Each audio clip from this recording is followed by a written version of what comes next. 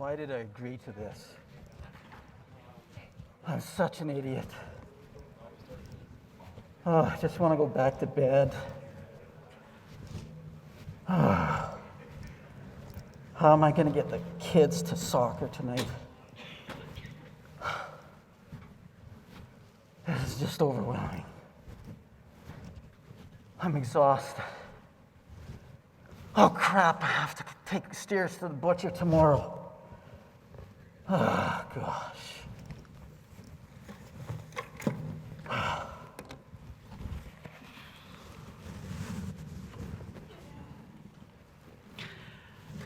Now, I know this is kind of a corny way to start a presentation, but my goal here was to get your attention.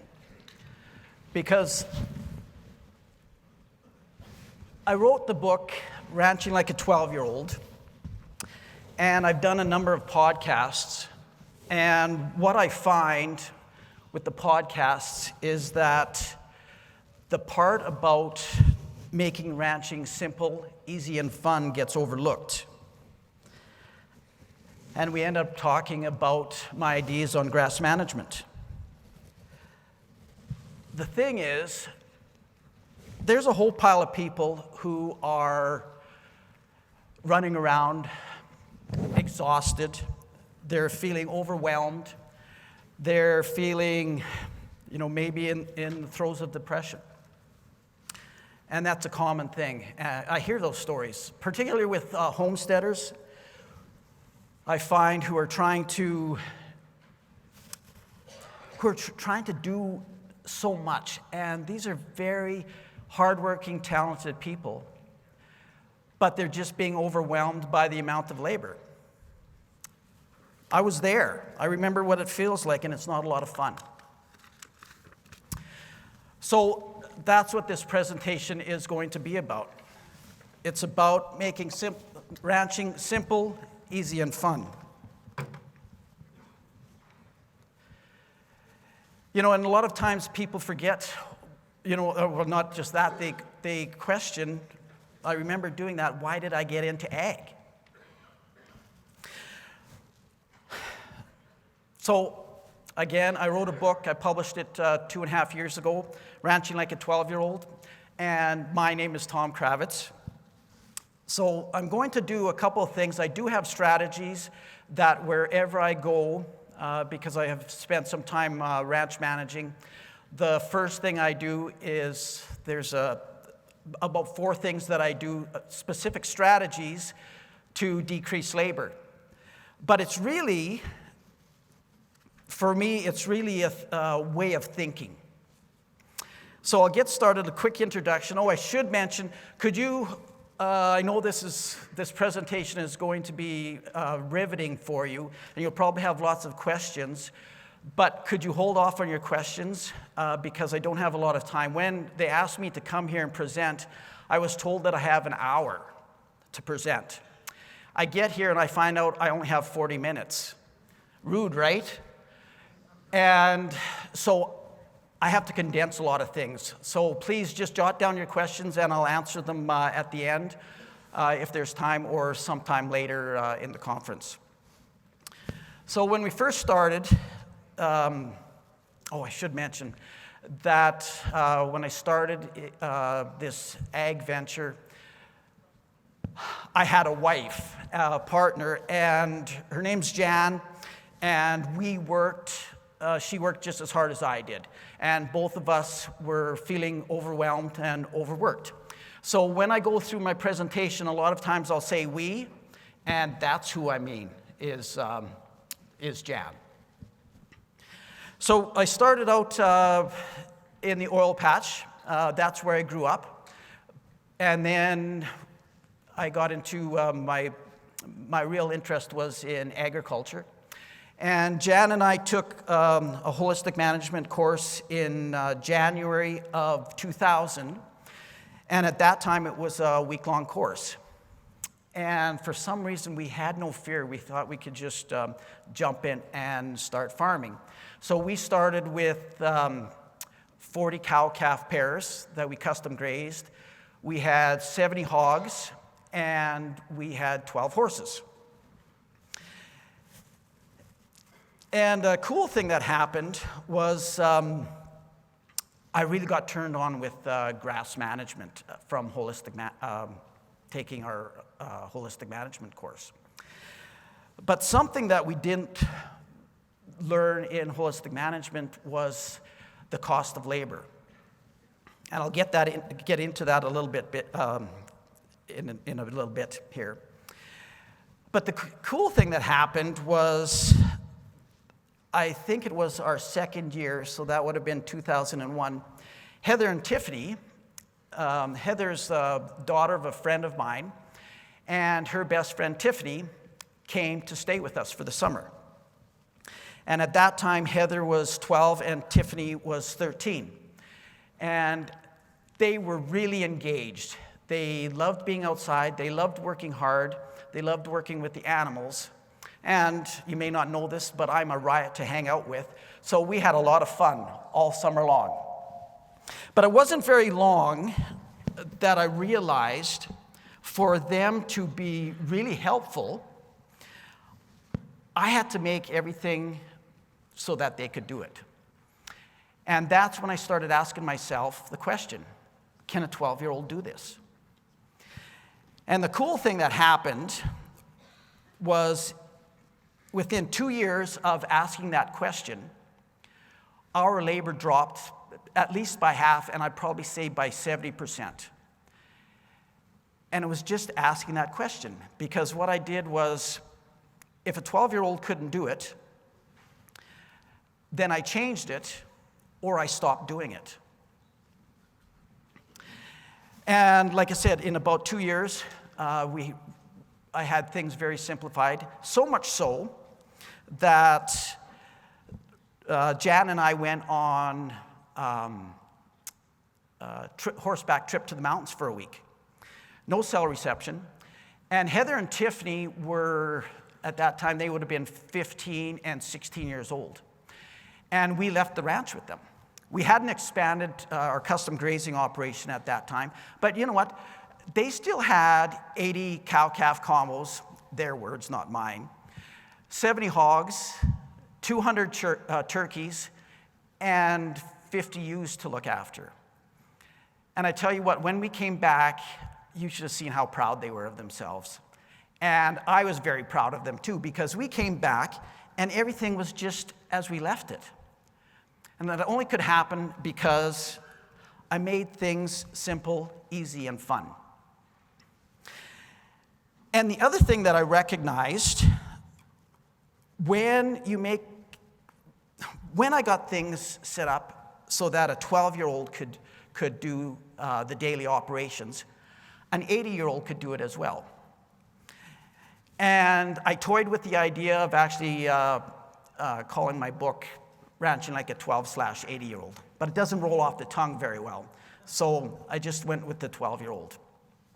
But I'm going to tell a quick little story about a friend of mine, Jim. So when Jim's wife passed, we ended up renting his place for 3 years. He needed some time to mourn, and he went traveling for 3 years. And by that time, I already had the template designed for fencing and water. So I just built that template at his place. He paid for the materials, but we put in the labor and the design and all that. And then when Jim came back, he just stepped into that. And I think Jim turned, 81 today, or this year. And he's running more than twice as many cows, having more fun with less stress than he did when he was in his 40s. And on top of that, Jim just stopped doing what he didn't like doing. And he certainly didn't like feeding cows in the winter. He liked being someplace warm. So Jim will go traveling in the winter, and he has his number of paddocks set up, and he puts enough bales in each paddock for a week for his cows. And then his grandkids that live nearby, he gets them to go once a week and open up a gate. And it's an electric gate, so it's just, there's nothing to it.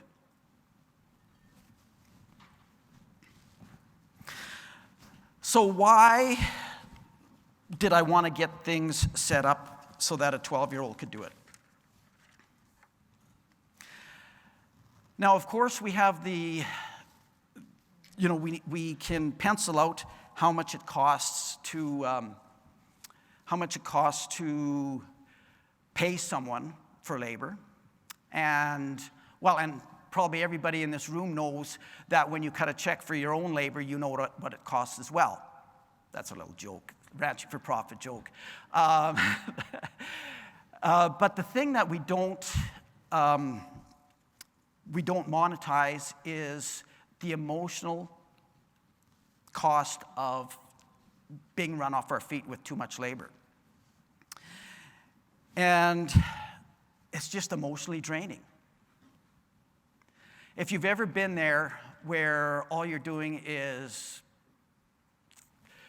looking at the next task that you have, and you don't have time to, you don't have time to have a coffee, you don't have time to, just sit and think, and you're going to bed exhausted. I've been there too many times, and I know how emotionally draining it is. And then what happens is, for myself anyways, and it sounds like quite a few other people, you start beating yourself up. You start thinking negatively because you're just exhausted, and you know you're not getting all these things done, and you're not really doing a good job at anything that you're doing. So I'm going to tell a little story about the grazing chart. Anthony, that's a grazing chart. I don't know where you are, but that's a grazing chart. And like I said, I got turned on grass management in holistic management. So that spring and summer and fall, when we started grazing in 2000, I knew that I had to be rotating the cattle. And so we had no internal fencing. We barely had external fencing. So Jan and I were building 2-acre temporary paddocks every 2 days. And we were using rebar posts because rebar posts were less expensive than the Gallagher step-in posts. But boy, it was a lot of labor. And again, we were exhausted. We were in fantastic shape. Like, you should have seen my ass. It was like rock hard. The only problem was I was too exhausted to go any place to show it off. So what I started thinking was, how do I make this a little easier? So what I thought was an incredibly awesome idea. I'll buy a couple of pull-type golf carts. And I did that, and it made handling those rebar posts much easier. But because I was exhausted, I wasn't thinking properly, I was asking the wrong question. I should have been asking, how do I stop building temporary fence every 2 days?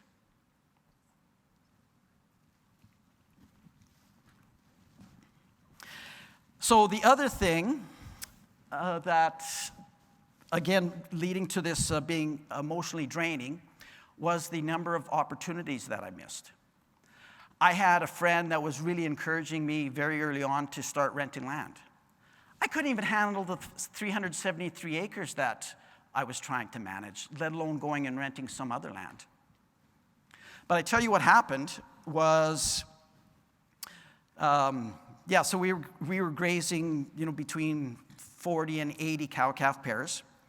And I remember someone telling me about someone who had 1,000 cows. And that was so far out of my realm of possibility. I just couldn't imagine. And I tried and toyed with that, tried to figure it out, and I could not see how that was possible. Until once I got our template set up with the fencing and water, and I did get our labor down, and I rented our first piece of property. And what I was doing was, with each property, I kind of knew how many animals we could graze there. So it was like 200 cow-calf pairs or 400 yearlings. And I had that in my mind. And I think it was 2005 or 2006. It was after our first rotation. I had quite a bit of time, and I thought, oh, I'm just going to calculate or add up how many animals we had. We had 1,250 cow-calf pairs, and it was no big deal. And the reason it was no big deal is because I made it nice and simple. But I question how many other opportunities did I miss prior to getting my labor down. So I talked about how emotionally draining it is with too much labor. Safety is another thing. So this picture here is my buddy Mike. We've been friends for over 20 years. And I was down at my house in Mexico scuba diving every day. And Mike sends me this picture. This is him lying in a hospital bed. He had just started calving, so this was late April. He had just started calving. He was out checking his calves on his quad, and he was rushed because Mike has so many things on his plate, it's ridiculous. In a bit of a rush, hit a hole, flipped his quad, broke 4 ribs, and ended up in the hospital for 4 days. So I don't know, has anybody broken ribs in this room? I know I have. And so you know that the only way to heal is to do nothing. So I knew Mike was in a pickle. So I jumped on a plane and I came back to help Mike out. And I tell you, like I said, Mike and I have been friends for 20 years, but man, is he hard-headed. And I have been after him for years to simplify things. And he doesn't have to do all the stuff he does, because he has kids, teenage kids that are in sports and extracurricular activities on top of that. His wife's a full-time vet. He has, does volunteer work, and then he has a small consulting company on top of that. So he's flat out all the time. And he was in a serious pickle. And when I got there, so I got to his place, it was a Sunday afternoon, and I went and took a little walk around. And Mike, he has a problem. He's very nervous about moving young animals. So when he's calving, he parks in one paddock. And then he feeds out there, and he tags out there. But the thing about that is, when I got there on Sunday, like I said, he had just started calving, and I saw calves already starting to scour. And I have been petrified of a scour outbreak since the first time I calved in 2003. So my strategy is, I move every 3 to 4 days onto clean ground. So by 10 o'clock Monday, all his cows and calves were on fresh ground. And I really did avoid, I had maybe 3 or 4 calves to treat for scours, but I avoided that wreck. And every day I chastised Mike. He had too much damn labor. It was too much for me, and I didn't have kids, and I didn't have the other stuff that he had. And the other thing that I had been after Mike to simplify, stop tagging. Mike tagged the last calf this past calving season. And the other thing that I just want to mention is that when we get run down, it's more likely for us to get hurt, like Mike, but also to get sick. And our immune systems just get beat down. It's probably nothing new that I'm saying. So something that I also want to talk about is the KISS principle. I'm sure everybody in this room has heard the KISS principle. Keep it simple, silly. That's my strategy. I want things very simple and very easy. And I want it so simple and easy so a trained monkey can run the day-to-day operations. So when our custom grazing operation, when we were running 3,000 3,000 yearlings in the summer, I would hire 1 or 2 summer students. And people take interns in the room here? Nobody, okay. Well, when you do take interns in, you probably know they're very unskilled, and it takes a while, at least a couple months for them to be really useful. So one thing that I did was I trained our animals, all of our animals, to come to a whistle. I started out with the bells, and then I just found that with a whistle, I can put it on a lanyard, put it around my neck, throw it in my pocket. And in this picture here, you'll see that there's actually 2 whistles. And the reason that I did that is because I was at a ranch where there was a county road that basically ran down the middle of the ranch. And sometimes we'd have cow-calf pairs on one side, sometimes we'd have feeder heifers on the other side. So when I was moving them, I didn't want the other group to come running to the fence and getting all excited. So I trained one group to one whistle, other group to another whistle. So I didn't get them excited for no reason.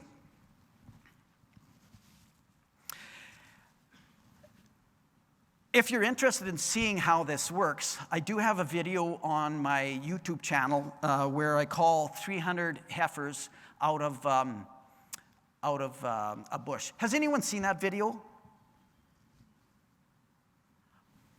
One person?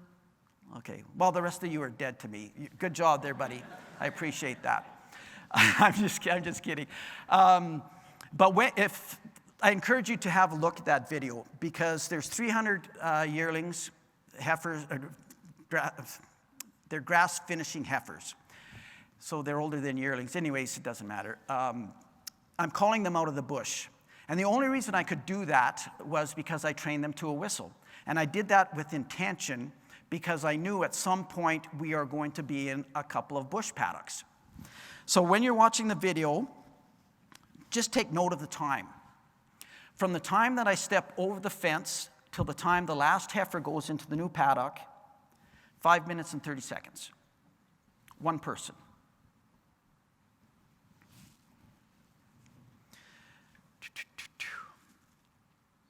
Another thing that I better mention that I learned from my stepkids is that it's no fun ranching when all you have is work. And I know,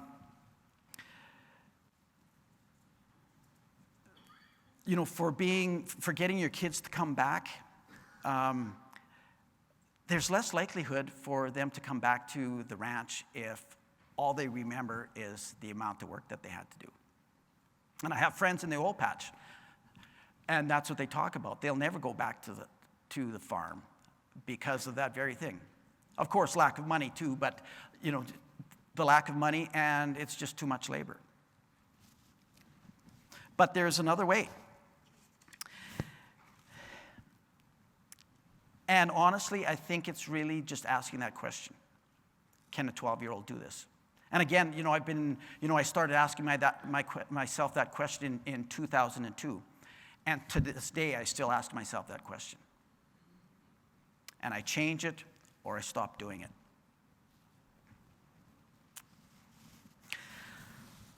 Okay, so here comes part of my presentation that I'm a little bit nervous at, because I'm going to say a few things that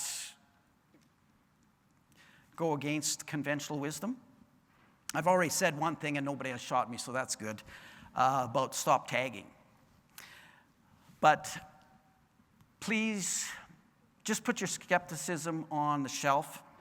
I'm only going to be here another 12 minutes. And just hear me out. Okay, for one thing, before we go on, there's something called contrarianism. And my definition of contrarianism is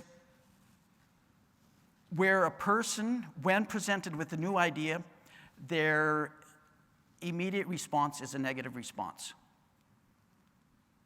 And if you don't know exactly what I mean by that. I'll tell you about a fellow. I was having coffee with him, and he was lamenting about how much he was spending on mineral. And I said, I have found that a way to reduce cost of mineral by 50 to 70% is to put out loose salt in one tub and then your loose mineral in another tub. Because like last year in Alberta, mineral was, I want to say, $43 a bag, and loose salt was $9 a bag. And what I have found is that throughout the year, there's certain times of the year where cattle are really looking for salt. So if they only have mineral, they are going to gobble it down until they get the salt that they require. But if you put out salt, they'll just gobble down the salt. And he looked at me and said, yeah, but you know what? I can barely get the guys to put out mineral regularly. And I just like, why keep talking?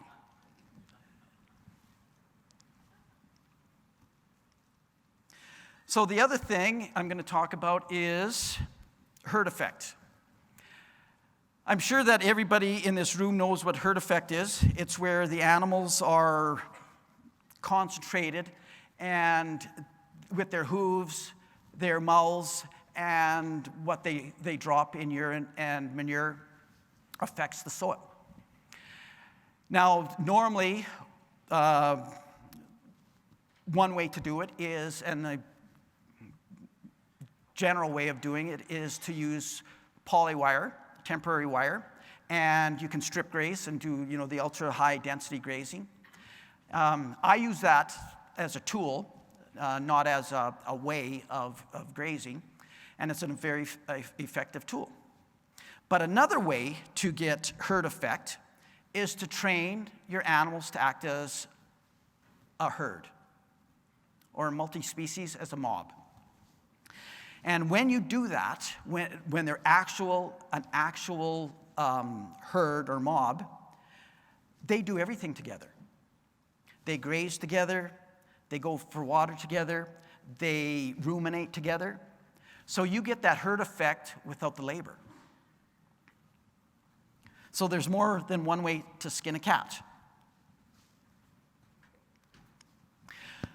So who in this room follows Kit Farrow's teachings and gets his newsletters once a week? Okay, cool. Okay, hey, Sean, do you remember it was a couple months ago he had this Kit Farrow's 10 steps to increase profit? Do you remember that? It was 3 or 4 months ago? Okay. Now, I'm a big follower of Kit's. I've been following his stuff since probably 2003, I want to say. And I really agree with what he talks about with genetics and improving genetics. But I read this and I just, hey, look at here, step 3. So increase stocking rates by 30% with the right size and type of cow. And for those of you who don't know about what Kit talks about, he's talking about decreasing the size of the cow. And when you do that, you can, he's saying that you can increase the number of cows that you can run per acre by 30%. Now look here on step 4. Utilize rotational grazing to increase forage production and stocking rates by 50 to over 200%. So I was looking at that and I was thinking, wow, if I only had so much energy and so much time, where would I want to put that energy? Something that would increase my profitability by 200%, or something that would increase it by 30%? Myself, I'd want to put it in the 200%. But yet I hear a lot of people focused on genetics before they've got their grass production figured out. And I will go so far as to say, again, don't shoot me, but I feel that pursuit for genetics that can handle old moribund grass, that's masking our inability to stockpile high quality, high volume forage. So this right here is a mob. As you can see, there's horses, there's sheep, there's cattle, and there's hogs in there as well. So I want you to just, I'm going to tell you the different classes of animals that are in that mob.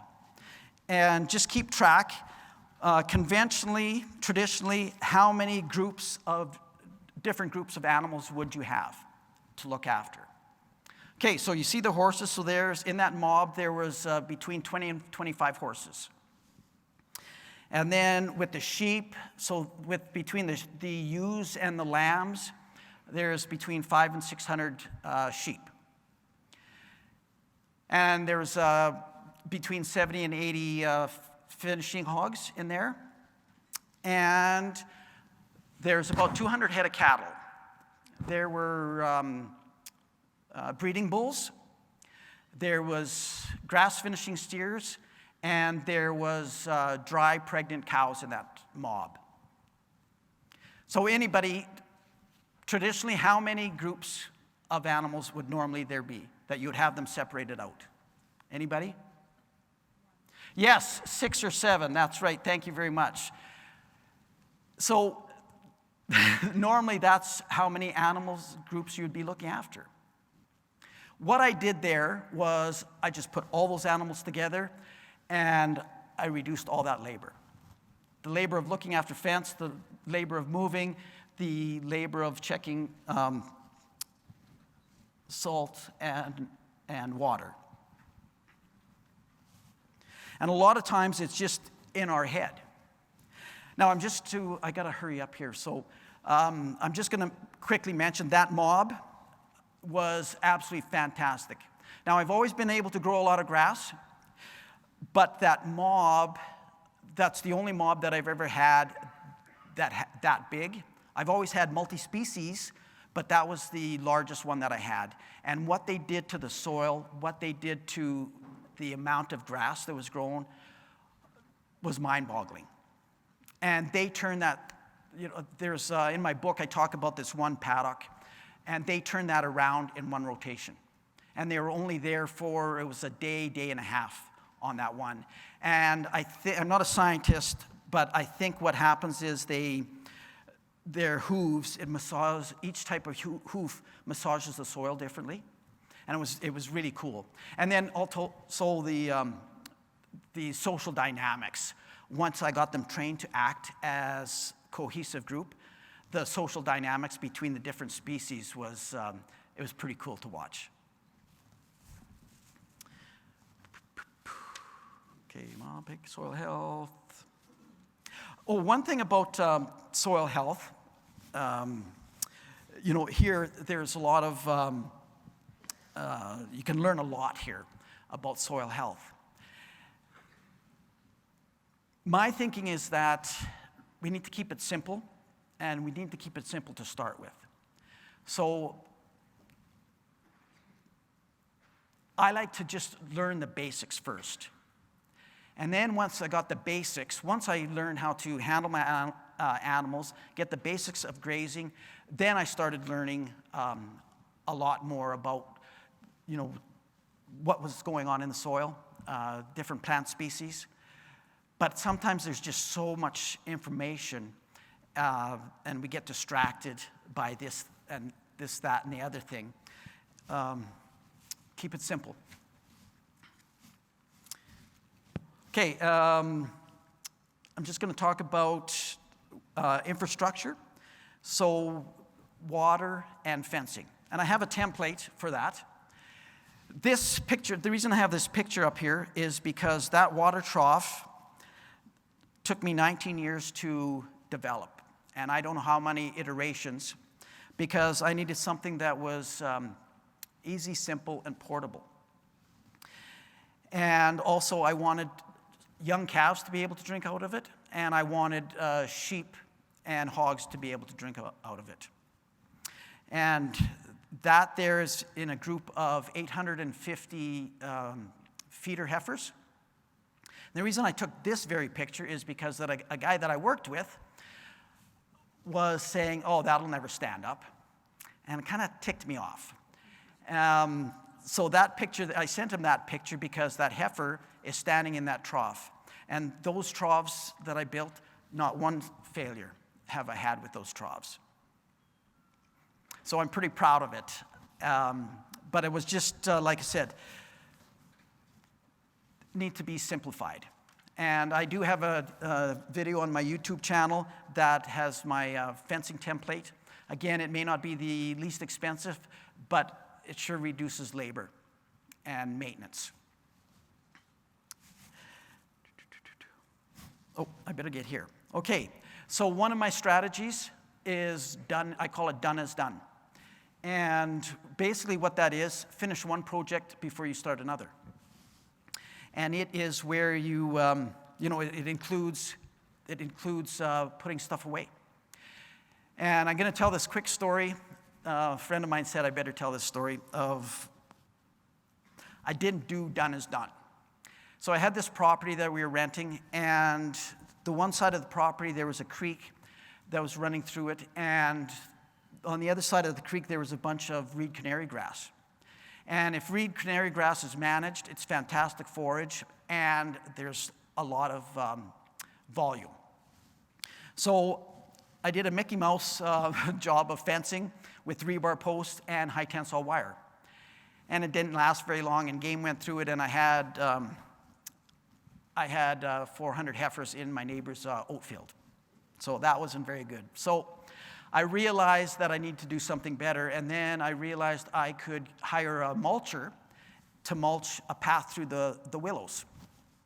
So I pulled out all the rebar posts, and I was going to get to the high tensile wire, but there's always better things to do than winding that stuff up. So the next spring, I hired the mulcher, and what I did was I just walked in front of him, and I was flagging the willows. And not very long, I was far enough ahead of him, and I couldn't hear him, and it was just a beautiful day, and it was silent. Next thing I know, I'm being dragged through the grass and the willows at a rapid speed by my foot. And just in an instant, I realized, first I cussed myself out for not rolling up that high tensile wire, because I realized what happened. The mulcher caught my high tensile wire. And in that moment, I knew I was going to die, because I was going so rapidly through the willows and the grass that I'm quite sure that he would not see me. And if he did see me at the last second, he would not have enough time to shut off his machine. And I talk about panic. So I started rolling from side to side, and after about 3 rolls, the wire came off. And what a relief. But I tell you what, I cussed myself because I know better. Done is done. So you never want to be president of the Mickey Mouse Club. Fix it. Holy crap, I am so far behind. I apologize. Okay, so you know what, I have to zip through this. I was just showing different strategies that I go through to make things like I evaluate how I evaluate things. And I want things to be simple, easy, and cheap. So basically, yeah, that's my expression when someone tells me, yeah, but I can't hardly get them to put out mineral. That's my expression to them. So really, the basis of my presentation is, think about this. Start asking yourself, can a 12-year-old do this? Would a 12-year-old want to do this? And can a 12-year-old afford to do this? So these are the 4 keys that I do when I was ranch managing. First thing I did. We talked about done is done. I combine groups. I stop tagging, and I eliminate temporary water and fence. Because we don't have unlimited labor. Now I'm going to finish off.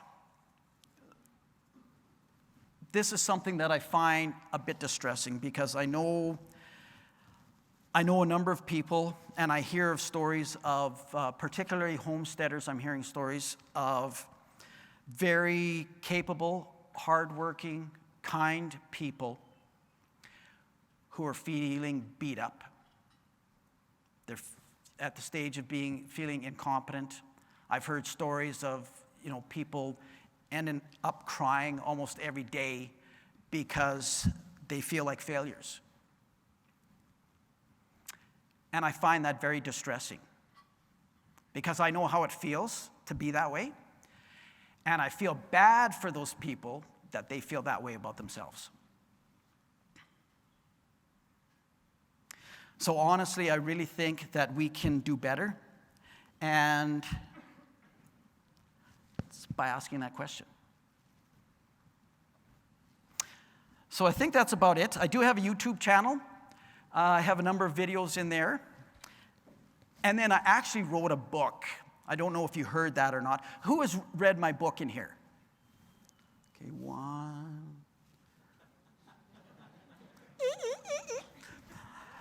Anyways, you can go to simplyranching.ca to buy my book, or I actually have a number of copies that I got FedEx down here to the hotel. So I'm hoping that I don't have to take any back. So thank you very much. You've been very gracious, and I appreciate it. I'll be here all week. Please give Tom a round of applause. We have time for just one or two questions, if anyone has a question. How did I do? I did really good. You did really good. What's that? What was your breed of hogs? They were hogs from most of the hogs that I've done have been just from a barn. I had, initially when I started, there was a guy that thought I was a hippie, and he wouldn't sell me his wiener pigs.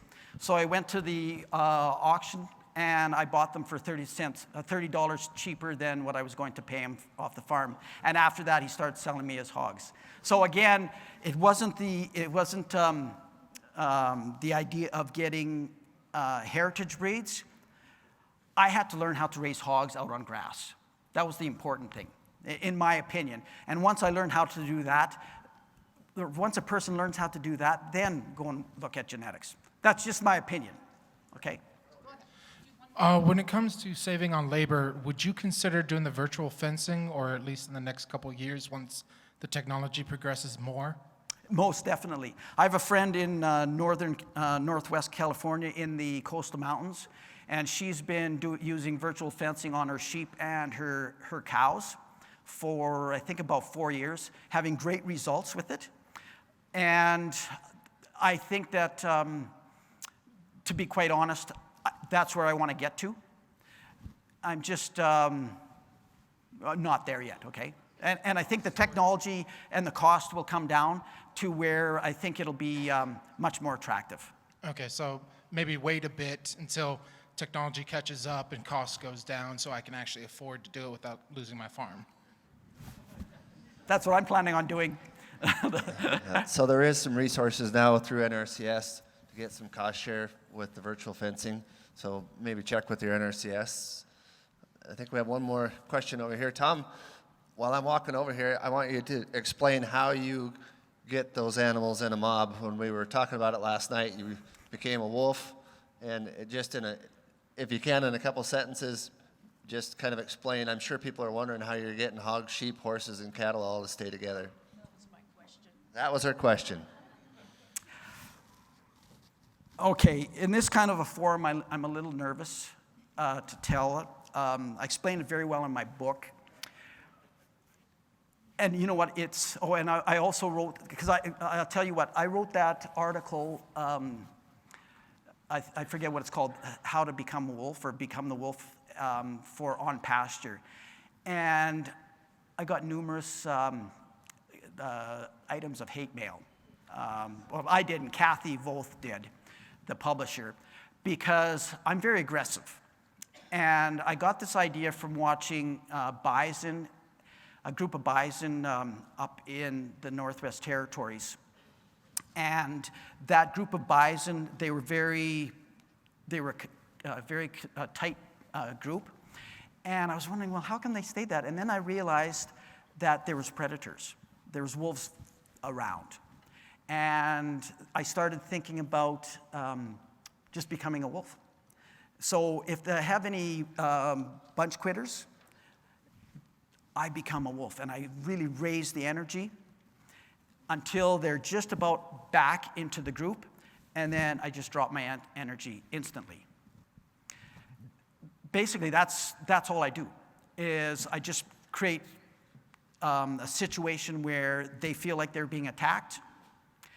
But as soon as they get back to the herd or the flock, I drop my energy instantly. And that's where you need a horse. You know, I've tried to do it on a quad, and I've tried to do it in pickups, and you wreck a lot of things. But a horse is very effective, but the horse has to be able to stop. Not, you know, when you ask them to stop, it's not a suggestion. It's, I need you to stop right now. And the cool thing about it is, once you get your horse trained to do that, and you get yourself trained to do that with that emotion, your horse drops their emotion as well. And so basically, you know, I think I need to explain it a little bit more in depth so that you can really get a sense of it. But basically, that's all it is. It's just pressure release. Just that I do it at a high intensity. And the reason I do it at a high intensity because I run a lot of, normally I'm running a lot of animals. You know, like I said, we were running, when we were custom grazing, 40 or 3,000 head. Just myself and 1 or 2 summer students. So you don't have a lot of time. And the most that I've ran is, I think, 4,600. Myself and 2 apprentices. We ran 4,600 head between yearlings and mother cows. And I got them all trained that way. And you know what? It takes about 2 weeks. Very intentional. And you have to stay focused. But it's 2 weeks. And then after that, it's a dream. And it works with not just, it works with, single species, but I found out it also works with multiple species. And in that mob that I talked about, there was only one hog named Volker. Nobody liked him. His litter mates didn't like him. I didn't like him. And then when I put them in the mob, none of the other mob liked him as well. And finally, the guardian dogs, after about a month and a half of him being a dickhead, they finally beat him up so bad that I think he went someplace and died. And that was, out of all those animals, it was one who was a dickhead. All right, let's give Tom a round of applause.